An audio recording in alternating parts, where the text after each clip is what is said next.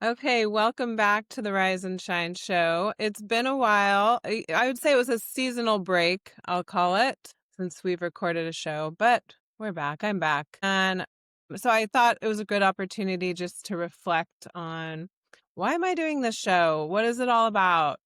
And I just want to reinstate that for me, this isn't about cranking out more content or trying to stay on trend, but this show has always been about just sharing what really matters to me.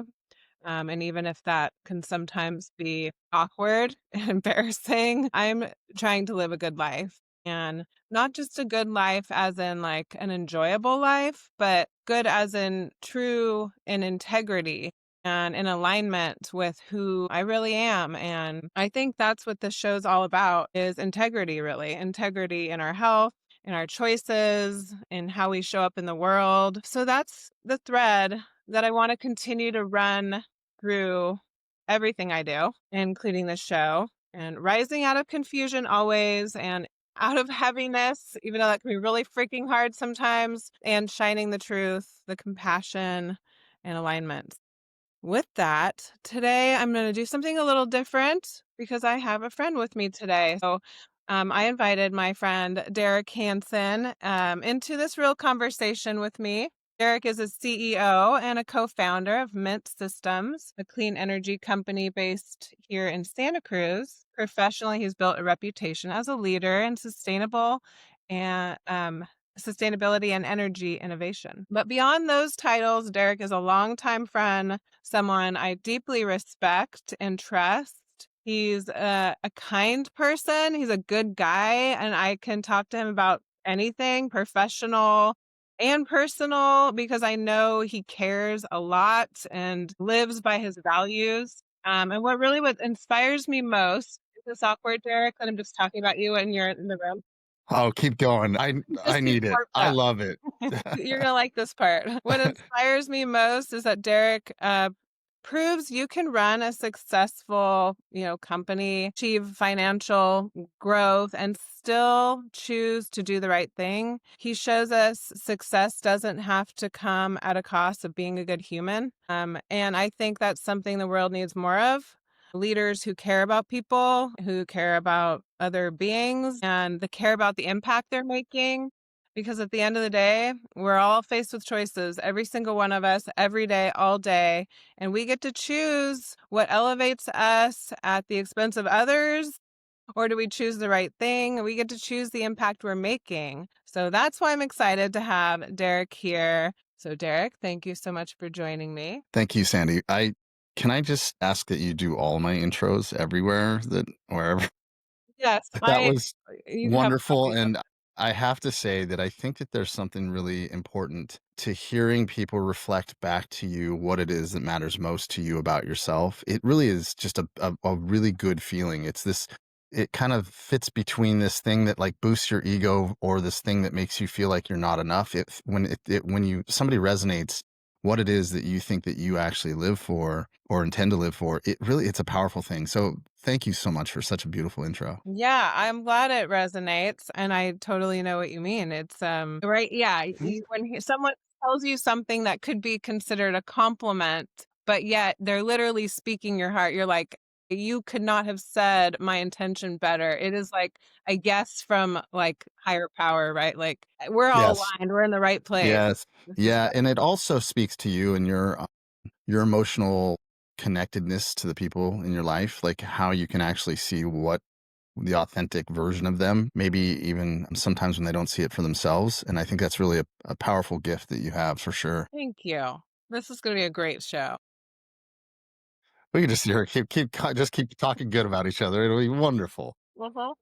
No, I'm excited to be here. I've admired your show and the content that you create for your show for a long time because I think that you are taking the bold step of trying to be incredibly authentic and vulnerable at the same time, where I think that social media in general is just filled with people kind of playing a role that they think they want. It's really not as authentic. And so I think that this is just a really cool way of expressing reality as we experience it as human beings from your perspective. And it's just, I think that if you slow down in your day and you take a minute to listen to what you're actually sharing, from your heart, it's powerful stuff. And so I admire it. And I'm really honored to be here today. Well, thank you. Yeah, it is, I think, also just a test in, and maybe you can relate to this being that we've kind of been on a recent experiment of doing our own recordings, right? But doing something like this reflects back to you also. It's kind of like for good, for better, for worse. It really puts, yeah, like you have an intention, you're putting it out there, and then once you get to watch it back, you're like, "Is that real? Is this true? Am I trying too hard? Am I is that being honest?" So, yeah, talk about, like, you wanna do some personal growth, try a podcast. Yeah. Well, I get asked by, it's a cool thing to have made it to a certain point in your career where you get the opportunity to mentor, younger, earlier in their career entrepreneurs and or at least get asked questions. And, at the very initial, like one of the first steps is like that I tell these folks is just don't be afraid to try. And that's often what's going on for people is they're letting their idea of great get in the way of just starting. Yeah, Don't let great be the enemy of good. And at the end of the day, everything's evolving. In fact, I think the purpose of life is to evolve, and so you got to just get started. And I think that that's another thing that you've done really well is you're just taking that leap of faith. Like I'm gonna get started, I'm gonna get going, and then I'll get better over time, or I'll adjust things, or I'll shape it as I need to. And I think that that's kind of what we're doing with the intention behind our podcast is literally let's just get going, let's just get started and see what happens. And it's been kind of a cool experience. I always just assumed that like you could just be good out the gate. Like we're yeah. both good at communicating, right? Oh, this will be easy. And then you do you record a few and you go, what about this? What about that? And you realize that getting good at anything just takes practice and it takes being willing to be Suck. open to, yeah, your own kind of self-reflection and some critical, maybe objective criticism of the thing you're creating and just improve and evolve. And so I admire that you're just always willing to just go for it. And you've been doing that for a long time and it's super cool. Yeah, well, thank you for seeing see, we're just gonna keep going back and forth. I don't think we can stop, honestly. But this is kind of like maybe why we like talking to each other so much. I don't know. I mean, I think It's respect, I guess. It's there's a certain amount of mutual respect and mutual admiration. I think we both have paths that are parallel and similar in so many ways, and then very different in other ways that I think creates this cool synergy of admiring the other aspects of one another. But it's also a practice that I've been working a lot on recently, which is to to have that same level of respect and admiration for everybody, like everybody, the unhoused person sleeping on the sidewalk, the person serving my coffee to me, like whatever it is, seeking to like look for that thing that is really just the divine in them, right? And have that love, appreciation, admiration for that in everyone. And oh my God, it makes life so much better. And then that led me to start thinking about like, man, I think media is telling us to look at all the differences, to really focus on the differences between each other, like all the time.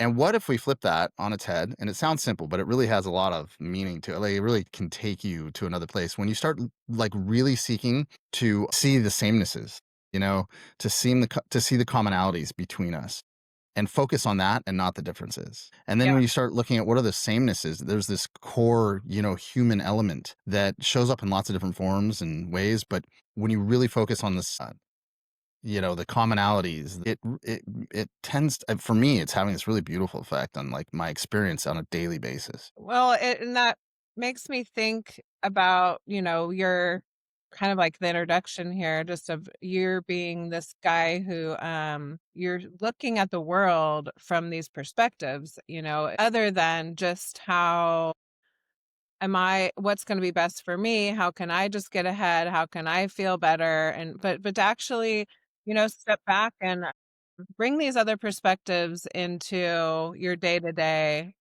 see us more as a whole and Totally. Yeah. Yeah. I know I don't look it, but I turned 50 this year. oh, my goodness. Oh, Yeah. No, it could mean that I look 60. I mean, I wasn't really saying no, but but 50 is a big deal. I didn't think it would be because it's just like at a certain point you're like whatever. But this last, 'cause I turned 50 in January, so the last, half a year has been really interesting that I'm getting this whole new perspective. And I don't know if it's just where I was at in my life or if it really is tied to turning 50 or whatever, but I'm at 50. it seems like the stage of my career that I'm in is there's this very rewarding thing that keeps happening for me, which is I'm getting reflections back at that are the anchoring or the solidification and the confirmation that everything I intended to do in business that seemed pretty wild and unprecedented has actually happened. It like really is working. Like I had these kind of theories around business, conscious capitalism, positive sum, you know, interactions, meaning, everybody wins, not the idea of zero sum where in order for one person to win, somebody else has to lose. The idea that you put people first and then, from that evolved into culture is everything. Like I put culture at the top of the hierarchy of business needs and things like that. And seeing how that played out, the idea that a company isn't just a vehicle for something in the transformation occurring in the marketplace, but also can be a vehicle for personal transformation and growth for those people that are in the company. And after over a decade, a little over 11 years of applying these on a day-to-day basis in an intentional way, the fruits of that are hard to even put into words. The simple old concept that like if I help enough people get what they want, I will surely end up with what I want. That kind of concept played out at scale has been nothing short of like crazy like results. It's just amazing. It's beyond what I ever could have imagined. It was just born out of like an intention to serve first and foremost. Like how can I serve and how can I use business to serve as many people and create as much positive change as possible? And then these kind of theories laced in there, and it's just phenomenal. I can't even, yeah, it's hard to even describe how awesome it is. Yeah, I mean, just hearing that, well, because I don't, I wasn't there when you came up with your intentions, and I didn't know really what they are, but you're living, it's a reflection. So, like, I got to pick up on that just by seeing what you have here now, what you've already done. And yeah, I mean, I imagine that that's got to feel really freaking cool. And there's something I was just saying this yesterday about like comparing yourself now to like your old self, and when you get to have those like clear, like here was me then, here is me now pictures, that's like the biggest gift. It's like, so it gives you hope, it gives you faith, it strengthens your faith. I was talking about my mood yesterday and just feeling like, God, I'm in such a shitty ass mood today, and like this is so Oh, funny. we can swear on your podcast? Okay, cool. Yes, we can do whatever we want. Okay. No, no, you let me off the chain. Yeah, Okay. guys, open the gate. How was your mood yesterday? What was Yeah, what was going on for you? it's just like a crappy mood. I was like getting ready to go to work, and I could tell like I was one thing when I was home by myself, and then once other people came in the house, that's how I knew I was in a mood because of the way I felt like irritated and just Mhm. kind of easily just like impatient. And I was like, God, what is this mood? And I tried to do things to make it better and like put music on or listen to something and distract myself. I jumped around on my rebounder and I was still in a bad mood. And then but the thing is comparing my old self to myself right now, in that like, whoa, the fact that it was even something I was reflecting on was cool, because in the past that was my mood half the time. Like most of the time I was a little more edgy than not. And so kind of felt good to be like, yeah, this isn't even something I deal with all the How do you have the thought it occurs for me more, and so I'm curious if this is happening for you, where if you get old enough or you've been through enough life, let's just say, where you realize that nothing's permanent, it's everything's always change is the one constant, right? And so, I'll be in that super effed up place, like where I'm like, dude, I feel like murder. You know what I mean? I'm just like everything sucks, and and yeah. everywhere I look is something I don't like, and and I'll have the thought of like, cool, you're like, you're suffering with the idea that everything should be different than it actually is, as opposed to being an acceptance. It just is what it is. And it amazes me if that it used to take me longer to get through those like really negative spaces to where, you wake up the next day, let's just say today you wake up and you look around, you're like, ah, nothing changed around me, but it all looks beautiful and wonderful, and the birds are chirping, and it's great. And you're like, so now when I'm in those moments, I'm like, this will pass, like what is the like what am I meant to learn through this?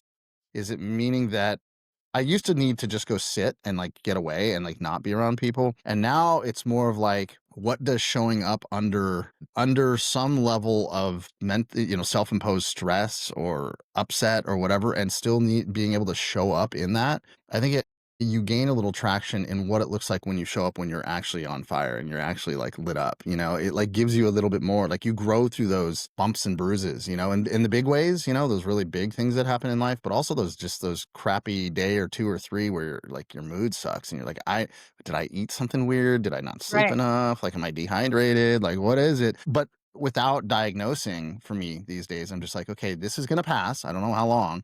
And what do I get to choose right now? So I have to go back to that personal agency and, that kind of sovereignty of like, the world's not happening to me. I get to choose how I show up. Now, sometimes we can't change our nervous system's reaction to being alive right now, but we can start to think through what am I thinking about? What am I focusing on? Is there any gratitude in there?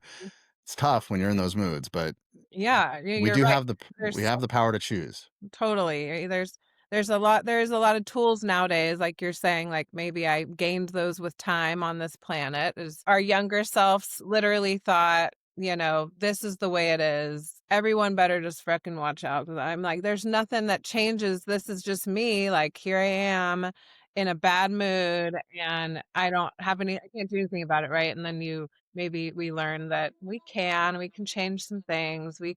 Yeah, sometimes you change your circumstances. Sometimes it is you drink a water, you go to bed, or it is things. But I like how you're like, I'm not trying to diagnose this to make it's not conditional on the diagnosis, right? Like, I can make this as good as it can be for today just because I choose to.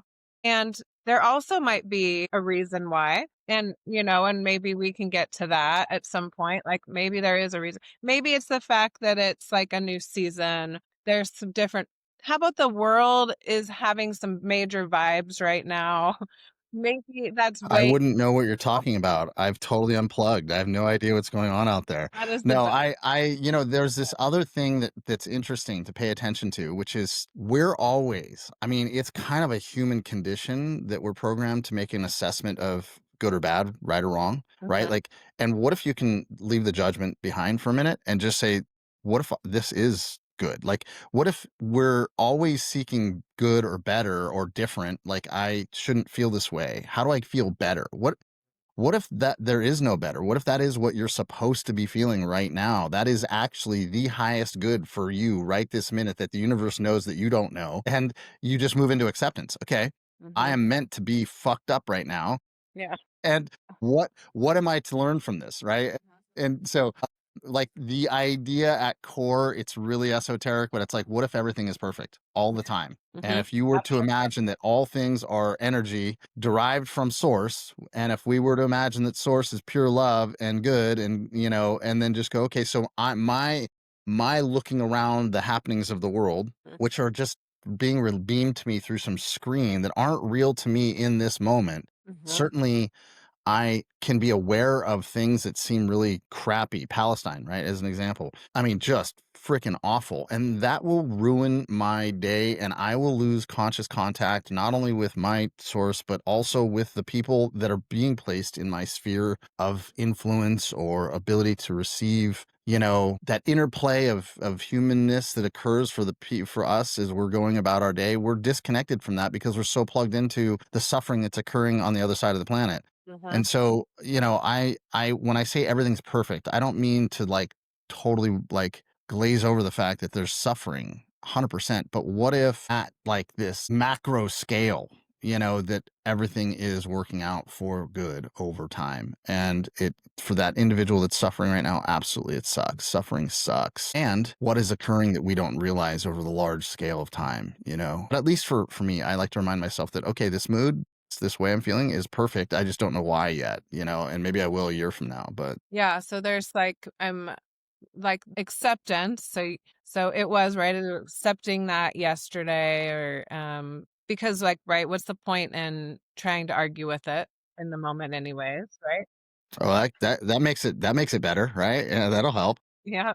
Yeah, accept it, and but then also there might be some action to take as well. There might be some things that do soothe you. I think that's been my moods last very short amount of times now, right? It's not days and days, and it's not even seasons anymore, but, it's like a short amount of time, and I think acceptance has a big part of that, and also just, like, self-soothing, like, being very like, "You're all good." Like, you're just fine. Like, everything, it's okay, it's fine. And even if there is, like, a reason, right? Like, there is a it's like, first you accept, though. First, it's like, "There's nothing wrong here." It's whatever you're responding to is probably exactly how you should be responding to that, Like, "This is how this feels right now," you know? Yeah, it is heavy right now. You are feeling that. You are a sensitive soul that can kind of feel a lot. And like you're saying, me and you talked about this, you brought this up recently in the conversation of just when we,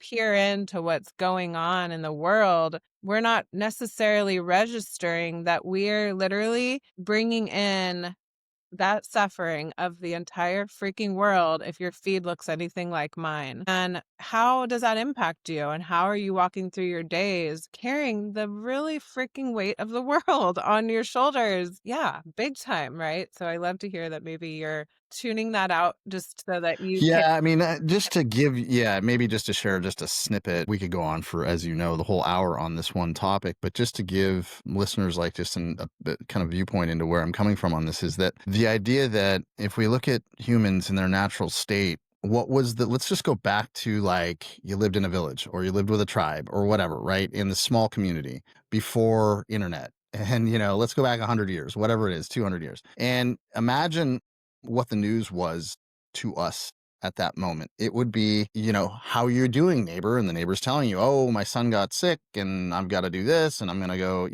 and the news was essentially the feedback from your core group of people that you came in contact with on a day-to-day basis. Now, here's what's interesting. You had at that moment in time the ability to not only engage and feel and be receptive to what that person was going through, or good or bad, whatever it is. You also had the ability to have some impact, whether it was just a smile, a hug, let me bring over some chicken soup we made for your sick son, like you had the ability to maybe have an impact there, right? Totally. Whereas now, if you fast forward, we are being connected to instantaneously all the things that are happening to all the people around the world. I And know. here's the nuance: you can't do anything about it. I You know. really can't. And you can't affect any change to that right now, here, today. Now, there's something to be said for awareness and sharing, and over time, that awareness can create global change, right? Or change around the other side of the world. But in essence, what I have found is that I'm having an emotional reaction. My nervous system is reacting to the suffering or the whatever it might be, the things that are happening around the world that I'm picking up through social media and the news and all the things. And yet I have the inability to act on it. And what it does is it disconnects me from my quote unquote tribe, community, whatever, the people, the 50, 100, 200 people I might come in contact with on a day to day basis that honestly, if we really look at it, the universe has brought. Like, they are here in my life for Yeah. a reason. Your And client, your yet I am not able to respond to your today, your state, Sandy, because I'm so plugged into what's happening yeah. in Gaza, right? And that's what I think is happening at scale. And we're seeing people showing up for their day-to-day life, showing up for the people that the universe brought them to be in contact with today, Tapped out. totally unavailable because they're plugged into what they're reading or watching in Gaza, and I'm using that as an example. There's a million other things. Right. And so I have come to realize that it's not working for me anymore, Mhm. right? Like, I'm going to say a prayer for all the suffering in the world Mhm. and I'm going to let it go. Yeah. And then I'm going to look for the suffering that's showing up in my life. There are people in my office or that I'm coming in contact with outside the doors of my, house, office, whatever it is, that are in some need that I can have some positive impact on. And that's where I'm going to place my energy. And that is having a profound effect on my ability to manage my emotional state. I'm noticing that I'm not in fight or flight. And I'm noticing that the things that come up that used to trigger like that fight or flight or that emotional reactivity, I'm managing really, really well now because I'm more plugged into the 50 or 100 people that I'm coming in contact with on a day-to-day basis. My system can manage that. I can make decisions in the middle of challenge at that scale. When Mhm. I'm contemplating global suffering, I am not effective. And so I'm looking at maybe a potentiality of the butterfly effect, as we have termed it, right? Where if my smile can change somebody's day, or my hug, or my listening to somebody share their experience can improve their life, then they may carry that forward to the next person, the next person, the next person. And then are we having an effect at global level by just being present with the people that the universe has brought us to be in contact with on a day-to-day basis? I think so. So that's how I'm living my life these days. Well, I think that the viewers would have to agree with me that your smile definitely is having a positive ripple effect and Oh, changing thank the you. world, changing the world, Derek. Did I tell you? Thank you. Did I? Thank you. Really do appreciate that. And this comes from a brief conversation I had with person who is unhoused and in some state of suffering, in their life out in the world. And I happened to just have a conversation with this homeless person, and the person ended up sharing with me that the thing that matters most to them. I think I asked them something like, "What do you need most, like on a day-to-day basis?" And they said, "Believe it or not, it's not the money that people just toss at my feet. It is the look from somebody who is acknowledging me as a human being. Mm. It's somebody looking me in the eyes and smiling, or giving me a nod, or just acknowledging me the way they would anybody else. That fills my cup more than the dollars or the change that are thrown in the actual cup." And that had a life-changing effect on me. Mhm. I think we know that at some level, but I think we're afraid to show up for people like that. How does it look to show up to life where you can come cross paths with on the sidewalk with somebody that is disheveled and has been sleeping outside and maybe has mental health issues or drug addiction issues or whatever, and acknowledge the divine in them, acknowledge them as a human being, look at them the same way you'd look at your best friend or your sister or your brother. And that has a profound effect and meaning for that person. Now, of course, they need some money. I'm not saying not to do, like, I'm just, this just had to say it. So then I thought, well, wait, am I doing that with the people that I actually like see on a day to day? Am I actually acknowledging them as a human being? Or am I just going, that's the person that works here alongside me and blah, blah, blah, blah. And I'm just going through my day and I'm not really looking at them that way. And so yeah, I think the smile, the hug, or even just being authentic. I think you're really good at that, Sandy. Is just acknowledging where you're at that day. Like sometimes it isn't going to be a smile or a hug from you. You know what I mean? And I think that's awesome that you can be real with that. Don't fake it, but just be there. Yeah. The sages have been telling us this for thousands of years, and I'm just finally like getting little bits of it. It's Yeah, you have to it's live big it. for me, but Yeah, you could hear it all day long, but until it's like really in your experience and you're yeah, living it, that and then it changes you, and when it changes you, you can't unknow it, right? that's right. Right. But yeah, that's I mean, just as someone who I remember at one point wishing to be more acknowledged or seen for Mm, who I really truly am. And yeah, I just only imagine, and I can say from my personal experience of how I feel when I see suffering, it's not always a good feeling. It's heavy and it feels hard to see, and I think part of that is that you think you can't do anything about it, and really what we're talking about is compassion. You're talking about, can you witness another person's suffering? Um, and see it or struggle or just in general, it sounds like just even witness people in general. But to be able to see somebody's suffering, it's to be that's what compassion is. And we are, I think I see that I'll say we, but I'm going to say me. I have been scared to witness suffering because is it going to break me? Is it going to be too hard to carry? I can't do anything about it. And I mean, I'm really happy you're bringing this up because I really think that this is something we can. You've kind of spelled out the whole thing. It's like you got to start with like this like very center inner circle, which really is just you. It's you taking care of these basic needs, tending to yourself, maybe your connection, your presence, what you can do in your most very simplest, basic life and surroundings, right? And then kind of go out from there, like the people you come in contact with, maybe your family members and your coworkers and your community and round, the circle gets to be bigger and bigger and bigger, then we can impact the world, right? But it starts like as small as like right here with you, your day to day. How am I showing up in the world? What are my habits looking like? How am I taking care of my health? How am I sleeping? How am I right? And then that impact, that positive impact in your personal life, gets to radiate as you fill your Totally. cup, right? Yeah. Well, then this is an interesting one that occurs to me as you're talking about this. I think a lot of us, and I'm going to go back to this homeless person's, this example here. It's also happened for me where I assume that the person that I'm seeing, based on my perspective, my paradigm, I'm making a judgment or assessment that they're unhappy, they're suffering, and life sucks for them, and I should feel a certain way about that. And then, I've gotten into conversation and they're like, I'm pumped. They're like all blissed out. They don't give a shit. They don't care about the things we care about. They've unplugged completely.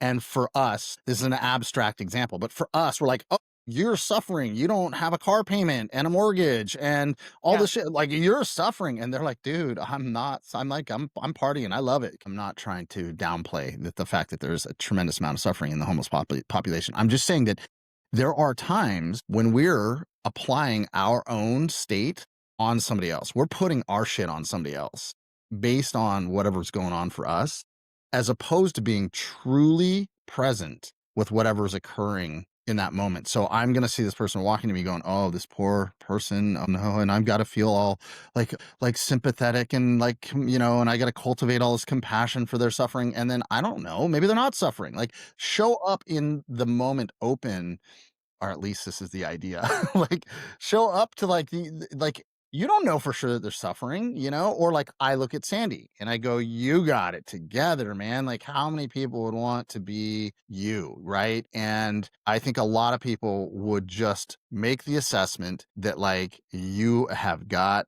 life figured out. And then you might be having a really tough time. And you know what I mean? And so until I actually get in that connected with you, do I really know where you're at? And so I don't know, I'm kind of getting a yeah, little abstract here, but like you get my point is that we are mentally creating the world around us, whether we know it or not, through our own perception. right.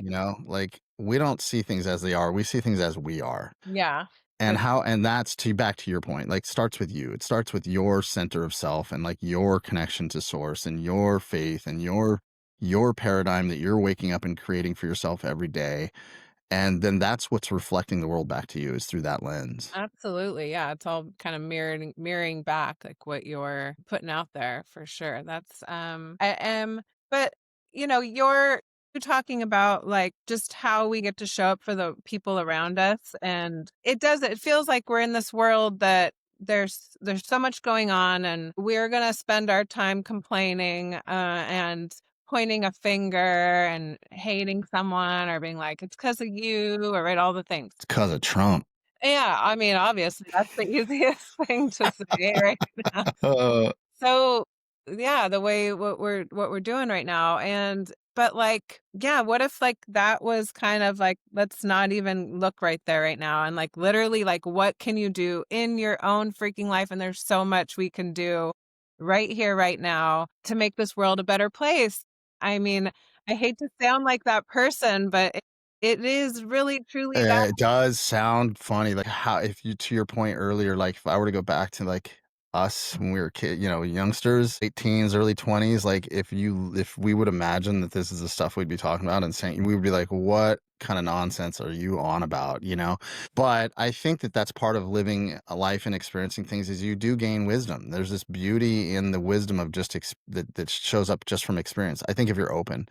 And so it's kind of funny that this is like but it is so how if this wasn't the most important topics, why have they been written about and talked about for thousands of years? You know what I mean? Like this is something we're kind of talking about some principles that have been said in so many different ways through the millennia that like we get to a point in our life where these things matter, and they matter to a degree at which they become paramount to everything else because they are the bedrock from which we operate. Yeah, And so I just put a plug in for like, spiritual practice, like go, find something. It doesn't matter what it is. love, That's yeah, one thing I'm clear on. It really doesn't matter what it is, but go find something that resonates with you and get into some level of spiritual practice that allows you to get connected with higher self, mhm. source, whatever you want to call God, Holy Spirit, like whatever the term is, but like get into that because it is revealing. It really is. And no matter what it is, it's like that is that one thing that truly connects us all, which is like, I think what we need. I think we see it. I think we're seeing it more than I just don't know that we've put the name on it yet, but I feel like there is a great awakening going on. I think that the suffering leads to awakening, unfortunately. The bigger the break, I mean, this is one that I remind myself of all the time because it happens in business a lot, right? So it's a necessary tool for me. Is the bigger the breakdown, the bigger the breakthrough, Breakthrough. right? Yeah. Like you just be open to when you're in breakdown, like celebrate a little bit. Like it's hard, but have a little kernel in there somewhere that's like, fuck yeah, like Hmm. some shit's coming. You know what I mean? Like let's do Yeah. this. Like and when you can grind through those incredibly difficult times, there's something on the other side Hmm. every time. If you're open to seeing what it is, because Yeah. sometimes I notice not everybody's open to like what is the breakthrough, but when you're like prepared for it and receptive to it, like it shows up. Well, and then I see that in my spiritual studies, I'll say that that has been promised. It's been promised that for as much suffering as you endure, like there is a gold that gets to come from that. And that is from like you can transform that into the greatest soul's gold that there is. This is invaluable. There's nothing else that can get you that richness to your soul than going through it and rising through it, rising from the ashes of whatever you're going through. I mean, I hate to say it that yeah, that you have to suffer to. Well, here's an interesting one, right? So if we go back again to like more closely approximating humans in their natural state, we had a lot of environmental stresses, a lot of environmental pressure. Like we had to figure out how to survive today, like how to feed our family today. Like, it was like more like today was all we had. And over time, we have found and we have really put a lot of effort into eliminating environmental pressures, environmental stresses, external things that like we have sought convenience and security and safety as a species. Not necessarily a bad thing because it allows us a lot more bandwidth to apply to other things, which tend to be usually in line with more convenience, more ease, Yeah. more, and so therefore we are in a trajectory of evolution as a species that says that it's a lot harder to die these days, or we are a lot more comfortable. Yeah. It's a lot Scarcity easier of to live, right? understanding. So what happens is we are, on one hand, we're training ourselves to think of minor challenges in life as big deals, bigger deals than they probably are, and or we lose the thing, or we should be replacing the external environmental stresses and challenges with some that we apply to ourselves. So if you look, those people that are really typically very mentally healthy or healthy in general, they are going and they're working out. They're creating physical stress intentionally, or they are digging deep in the mental emotional state, like you spend time on, like what is actually occurring for me, which is again challenging. So, if you look at the story of Buddha, before Buddha had his awakening, he was putting himself through a ton of stress, intentional stress, whether it be fasting, whether it be wandering alone, whether it be, and to get to a point of awakening. And so Yeah. I think to just reinforce your point, we have to do that these days as human beings. We have to, and again, not reflected against those that are suffering out there. Like I'll use Gaza as an example. Like there's plenty of environmental stress happening for those people, but for those of us that are here in the Western world, just living our experience, you've got to kind of seek out those challenges because again, that you're not going to get the breakthroughs, you're not going to get the growth if you're not seeking out those challenging things. So Mhm. comfort and convenience can be the enemy of growth to some Totally extent. hear that. But I also see that I mean, I do see that there's plenty of suffering. I mean, Yeah, for sure. I mean, there's just like that people are I don't even like to be saying this out loud because it does feel like I'm like shining light on all the suffering, which I like to shine light on things that are uplifting. But anyways, there's people that are not feeling well a lot of times. People are really struggling with their health a Well, lot. our food system here is creating suffering without people even knowing why. They don't even know, they're just basically going to the grocery store and buying what they think is food. That's actually causing a full-blown metabolic fuck up that then translates into a mental emotional state that is like an on and on and on, right? There's suffering happening for sure. I agree. Right. Well, but I hear what you're saying. It's like this incubator of pressure and well, so you're saying like we have it easy in some ways, and I think about that us living here in California and Santa Cruz to be more specific that we don't suffer too much because we don't have to work too hard with the weather. Like we as far as that goes, right? We're not that uncomfortable ever.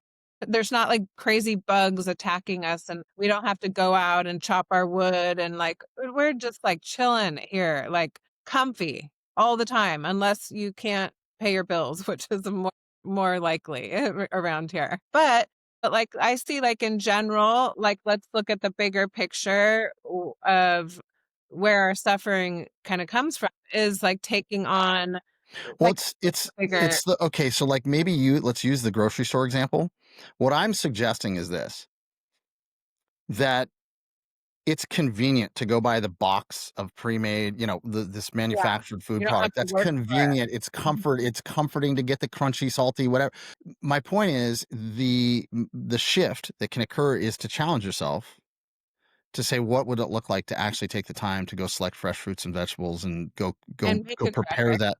Yeah, and like, that's the challenge I'm talking like, Yeah. move away from comfort and convenience Mhm, into something that seems a little bit challenging because there's breakthrough there, right? And so part of how we got here sick, unhappy, and unhealthy, even in the most abundant society ever known in history, mhm. is because we seek convenience and comfort Yeah, absolutely. so much is like our number one, as Yep. opposed to just going, hey, what if I like hard? Like that's why I'm where I'm at in business, because Mhm, I like freaking challenge. For whatever reason, some version of masochism, I like to choose the thing that people go, "Yeah, no, that's impossible." I go, mhm. "Oh, cool, that's what I'm gonna go do." Yeah. Like, and that is something that I cultivated at a young age. Is like, "Oh, you tell me I can't do it, I'm gonna go try it." Like, and that has good and bad consequences, But like, you know what I mean? Like, just seek Yeah. out some level of discomfort or challenge because it usually leads you into a new awareness. 100%. This is last night we were talking about, I mean, on a level. So we had gotten in a habit of Karina and I of watching stuff at the end of the day, which like for Yep. years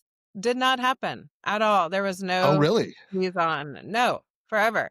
And like I was like, how is this happening? Like now this and that's what I do notice with us. We tend to like turn things into habits. Like whatever that's gonna be like We good all do. habits, not good habits. It starts to be a thing that like if right now we eat dried fruit after dinner. I know big deal, really. But still, like Dude, but I know out of I'll eat a couple pounds of some dried yeah, fruit, you know we're what I out mean? of control, that's going crazy on mangoes but it's like how this is like a real habit now. It's almost like we can't go without it, right? And like the show, like it feels like we haven't been able to go without it, or if it's like the coffee, For or if sure. it's the whatever the things are.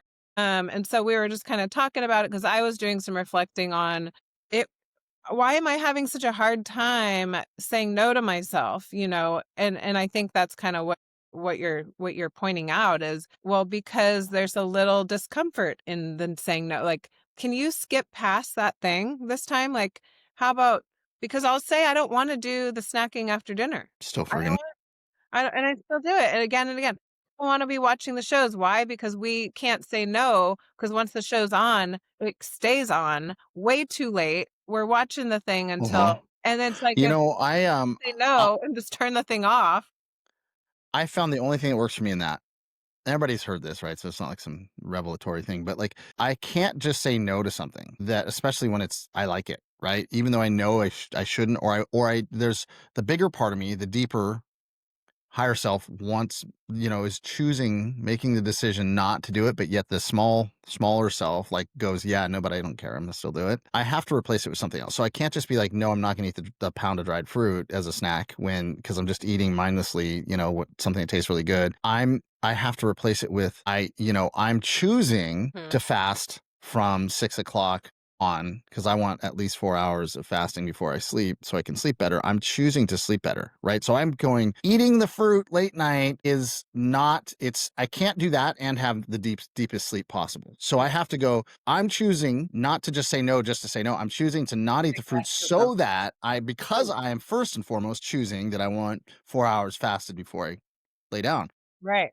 Like, you know what I mean? Like, I have to replace it with a new paradigm, I guess is Yeah, what it is. Because reframe. I can't just do the no. Like, I'm like addict at the Yeah, core all day, every day, whatever it is. And so I have to be putting a hierarchy of priority or ordering what matters most and making that the target. So then therefore all the decisions fall behind that. And that's not, I find that it's still not an easy process, but I still find it to be easier than just saying no. saying Just no. say no didn't work in It works. the war on drugs. No, Just say no. That doesn't work, right? So no. it's like you gotta be like, say yes to what instead Yes, is really yeah, like it's always yes for me. Like the no sucks. Like if you say no, that's like my, that there's this inner child thing for me that's like you say no, I say fuck fight you, harder, right? Like fight yeah. harder. Yeah. Doubling So for me, my life is lived a little bit like yes always. It's just what yeah. am I choosing to say yes Saying yes to? to. Right. Oh, that's so good, Yeah. I love it. Yeah, that's I mean, that's ideally, like, when with a client, that's what we would be doing, right? It's sometimes I have to be my own client. Yeah, for As real. far as habit change, but I do actually going back to kinda what you were saying about just wanting what we want and, being convenient all the time and having it right then and right there.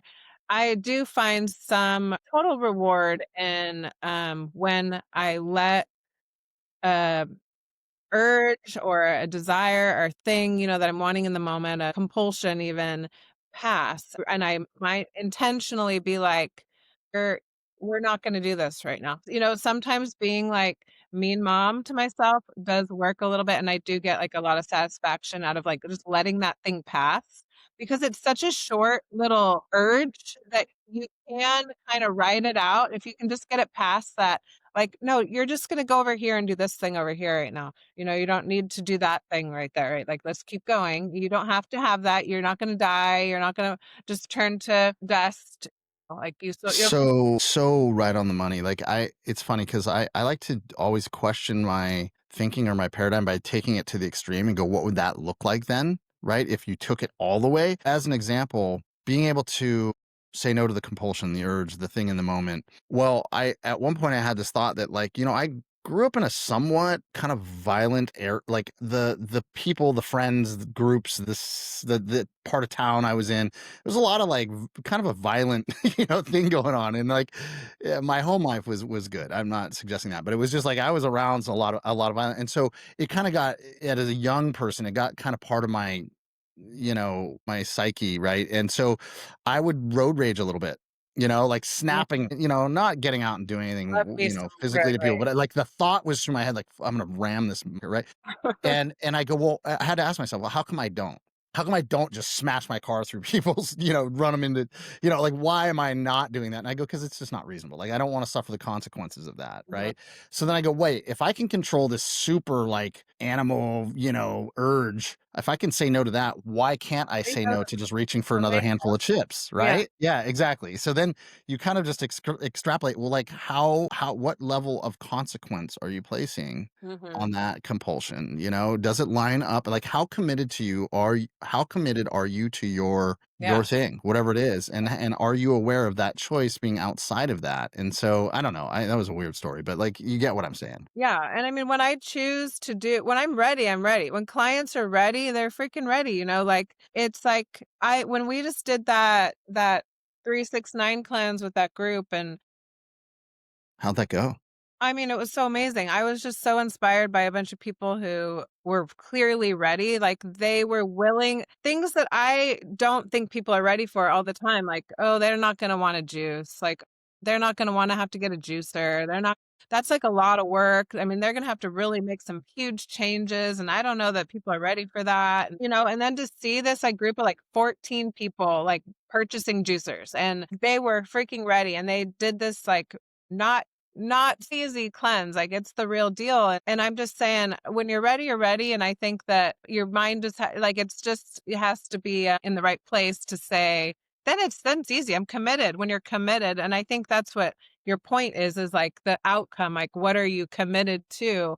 When I'm committed to an outcome of, I don't wanna do the after the evening TV because, 1, I don't see that as like a habit of someone who's really focused and successful, honestly. I don't. I just don't see that's like setting your mind up for success. I see that you go to bed too late, Sandy, because you don't turn it off on time.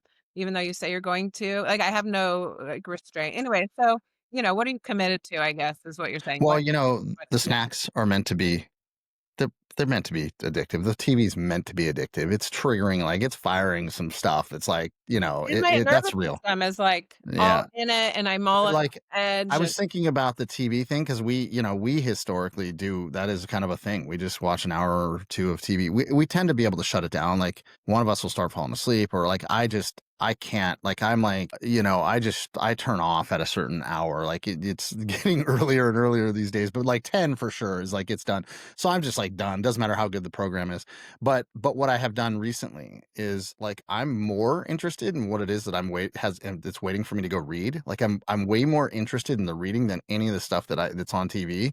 And so it's easy for me to be like, this is just not like I'm more like I'm thinking about the book that I'm reading while I'm watching the thing and I'm like, just go read the book. mhm. And that's so much healthier for me. Like it's so much more fulfilling and there's like you Yeah. said, it's so much more in alignment with what I'm trying to do and be in my life than watching the crap on TV. And so I'm finding that again, it's not saying no to TV, it's just saying yes to the book. Yeah, You know? and I'm not, and of course, like, I think there might be a time and a place for the TV, and I do Totally. myself, and Totally. I get that we wanna shut off, like, that's part of it, but, yeah, just, like, I care about what I'm feeding my mind and my spirit, and I'm here sitting here watching this, like, dark show that's, like, got me on the edge of my seat, and I probably won't be able to sleep, and I might even have a nightmare. It's like, Yeah, yeah, totally. thing, like, this is not your deal, like, come on. But maybe, maybe once in a while, I don't know. Anyways, that's I mean, I think I have like a creepy theory that I think a lot of the shows on TV are meant to drive us subconsciously back to the social media or media in general. A lot of the themes are like they're kind of looping into like the stuff that's obviously in our algorithms in the social media that drives us like, and no matter how hard I try to make my algorithm know that all I really want to see is cat videos and like funny things, like it still brings in the politics and the global issues and the strife and the polarizing perspectives that we have as people. And so I guess what I think that's happening is like there is this loop that's occurring within the screens. And I think the more that we can kind of just turn them off a little bit, try a little, take a fast. We know how healthy fasting is like on the nutritional level, but like try a fasting on the screens. And I know we all talk about it, but try it because it's pretty awesome. yeah. Yeah, I think that could be our takeaway for today is, yeah, like, kinda let's, like, close in that circle a little bit and, see what we can do in, like, this very centered space without as much influence. What would it look like to just be influenced by, what you naturally are drawn to without that influence, right? So just, like, the people, or maybe it's no people, maybe it's the trees and it's outside and it's the squirrels that are coming back, thank God. Are Yeah. they? Yeah, You getting some back? there's some squirrels reemerging in the yard, thank goodness. Yeah, Did you already name them? They're already named. The I four of guess, them are. yes, they are. It's, Alvin, Simon, and Theodore. So, I yeah. love it. So coming back to center, I mean, groundbreaking, I know we've never heard that concept before, Right, but right. Well, I think putting it into like just everyday terms, like a lot of these sayings I've been hearing my whole life. I was just laughing. Who would have thought like hardcore Derek would turn into like basically everything that I say now sounds like I'm some hippie or something from the 60s. It's like be here now, be present. But it's true. And it's real and it matters more now than ever. And, that idea of, think globally, but act locally, like be here with yeah, your community because it has an effect globally over time. It sounds so hippy dippy, but it's real. It's like it doesn't. we are in you're right that I think we're in an awakening and we're also in a kind of societal crisis around how are we choosing to be as people, communities, society. Yeah, And this is a moment where we get to choose, and you're it's right. super easy and convenient to plug into the matrix. And like just Yeah. unplug is not I an know, easy like, choice, that's just I love it, like, it's just, like, oh, it's everything. It's, like, let what's happening now drive us, like, let it drive us, and when I mean drive us, I mean, like, drive us together more, right? Like, you can take what's happening in the world right now. I mean, we no matter where you're coming from, it's like a very clear, like, division. You're seeing, like, a division, like, "Wow, this is really dividing people. This is intense." Or, like, let's unplug and let's not divide. Let's come together. Totally. Yeah, and, like, yeah, you take our funding away, take the funding away.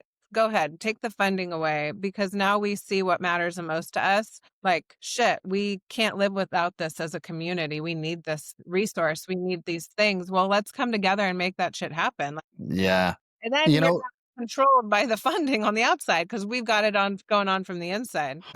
yeah, be there for each other. It starts with each one, this idea of like each one reach one. Just be there for the next person. And if everybody does that, everybody's there for each other, right? Like it's that simple. And it starts with you. And it's like that idea of be the change that you want to see in the world. Like just show up for that today. Like it's not that hard. Just put on like that smile that says like I want people to smile at me. I'm gonna smile at people. Like, whatever the thing is.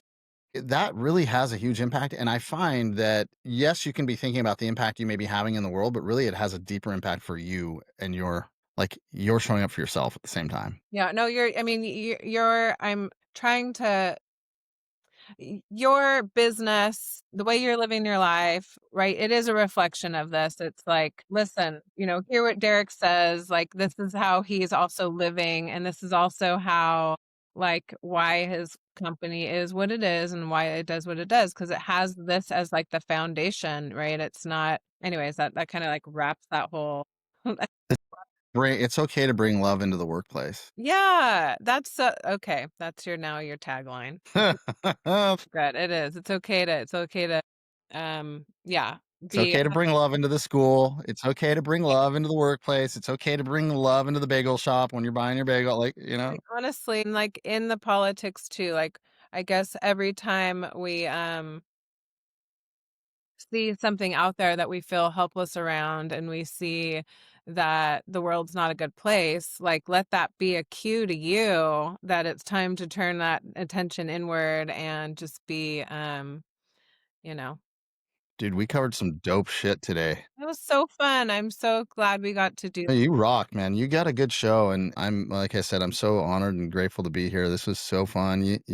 I don't know. I think there's something valuable about being able to feel comfortable sharing like the deepest, most vulnerable parts of ourselves as if they are the best thing. Like I think we're afraid to be vulnerable because we're like afraid that like it's not okay. What if it is? Like, what if it is okay just to tell it like it is? Bring love to the workplace. I just think that says it all. Well, yeah, okay. So that was a blast, and I trust that the listeners are gonna have fun with this one too. We're gonna do this again, absolutely for sure, because it's just too much fun not to. So thanks again for taking time, Darren, being here and being vulnerable and sharing your love because you got a lot to give. Yeah, the world is a better place with people like you in it. And Well, thank you, Sandy. Thank you so much for having me. my pleasure. All right, everyone. Good to be back. And I look forward to being back here again soon. And we'll see you next time. Bye for now.